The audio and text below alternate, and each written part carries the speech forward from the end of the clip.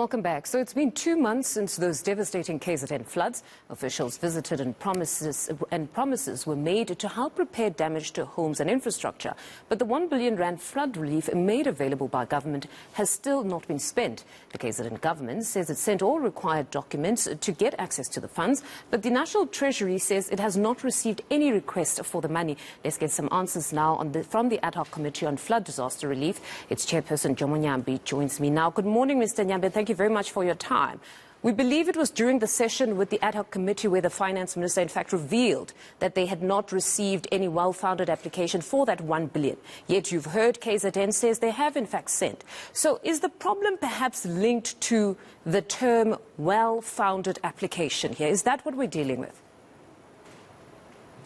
Morning, Mfundo, and morning to the viewers of eNCA. Of course, you are correct. We have had a session with the municipalities and the Premier of KwaZulu-Natal and MSC of COCTA and the leadership of the Eastern Cape. As you know, that part of it was affected by the floods. But one thing that came out clearly for sure, without exception, all the municipalities and the provinces indicated to us that they have made their submission to National Treasury. But to our surprise, when we met Treasury last week, he brought to our attention that there are some things that are still missing. So that is why they haven't yet released the funding. Did you inquire as to why they haven't reached out to these particular provinces? Because they're expecting funding. It's been 2 months. People are without water, proper infrastructure. The roads have been damaged and some people are housed in community halls. So did you perhaps quiz them on perhaps any form of communication that was somehow relayed to these provinces that you haven't fully complied? Yes, we did. That is why we came to a conclusion that a possible way forward that will assist the people on the ground is to have all the relevant stakeholders in one room so that we can get to the bottom of it. Because out of the paperwork that was submitted to us from all these provinces and the presentation that was done by the political principals supported by administration, we were quite convinced that they have done almost everything that is possible from their part to get the funding. And of course, they've also done the part of reprioritization. That is why they've started with this part of doing the temporary shelters, provision of foods, working with NGOs, religious organizations. And the explanation by Treasury made us to say to get a correct explanation and assist the provinces and municipalities is to have them in one room, because even the Minister of COCTA and the Minister in the presidency, they met us, they gave us a briefing, and we got an impression that everything is well coordinated, there might be no hiccups.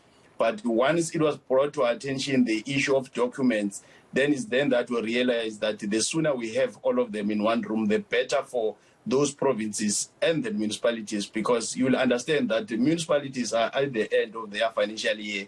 And even if you want them to do reprioritization, there's minimal that they can do with that arrangement. And for those that can reprioritize, it's still a problem, because those are funds that were allocated for other projects that they'll now have to forgo. And if citizens were expecting other services, they won't be getting them. But there's 1 billion that is actually allocated to deal with the flood relief assistance. So now what happens in this respect? Because it poses a question around working in silos here. I don't know if Parliament can address that, where you had the minister being quoted as somebody who's saying it's not my problem if people have not filled out forms correctly, but it is one government that services the people of South Africans. These spheres of government that constantly want to hide behind a fig leaf and say this is not our competency, it's this particular sphere. Do you perhaps find it problematic when you have different spheres coming to Parliament and saying this falls outside of our purview? That was an unfortunate statement. South Africa is a unitary state, and from the briefings we're getting and the political principles cooperation from all levels, as the ad hoc committee that has got members irrespective of political affiliation was speaking with one voice. That is why when we concluded that it will be good and will be better for the people and for those provinces affected and municipalities to have all of them in one room to get to the bottom of it. And if there's somebody somewhere who hasn't done his or her job, that person will be exposed. As once you have them in one room, they won't be shifting off a blame. But the statement of not doing things for other people in a unitary state and where a national government is supposed to be providing that guidance and assistance to provincial government, it's an unfortunate one. And we're not going to shy away from the fact that there have been conversations around misappropriation of funds. We've seen it. There are lessons learned from COVID, so there must be stricter measures. But it looks here that there could be a possibility of defeating the purpose if you're now holding on to the funds and making it so difficult to access them that communities now don't get the much needed aid. We do want to have provinces getting the funding. Our role as Parliament, as ad hoc joint committee dealing with disaster relief and recovery, we are not going to short circuit or short change Treasury regulations, but at the same time we want to see things done, even though they are done according to the books. But the problem is when you happen to have two different stories about an issue that is to do with the plight and the dire situation on the ground.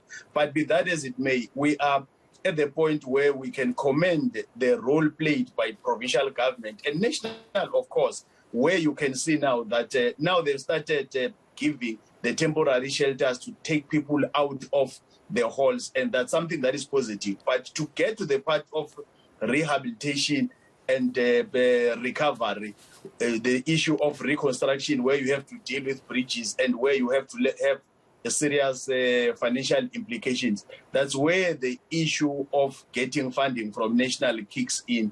And we are of the view that as the ad hoc committee, we are better placed to address that once we have them in that boardroom to address the plight of our people on the ground. Mr. Nyambi, let's hope it's very soon where you have them in one room. Thank you very much for your time. That's Jomo Nyambi, Chairman of the Ad Hoc Committee on Flood Disaster Relief.